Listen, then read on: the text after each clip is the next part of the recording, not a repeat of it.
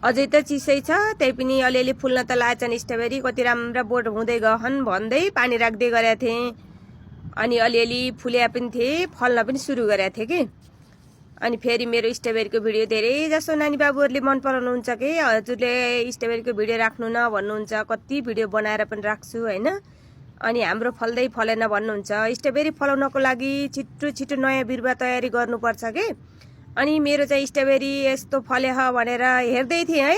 अनि लरामा गएर नि फुल खेल्न लागेछ, फल्न लागेछ भनेको त यहाँनिर एउटा स्ट्रबेरी त मैले भिडियोबाट यस्तो देखिराखेँ है।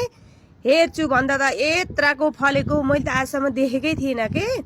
अनि चराले नि देखेको रहन्छ, चराले देख्यो भए त के राख्थ्यो र होइन। अब यो पातहरू पनि सबै सुक्यो नि, पातहरू पनि फालिदिन पर्यो, यताउता गर्न पर्यो। यस्तो राम्रो फुल खेलेर चाहिँ यो त मजाले फल्छ कि भनेको त हेर्नु त।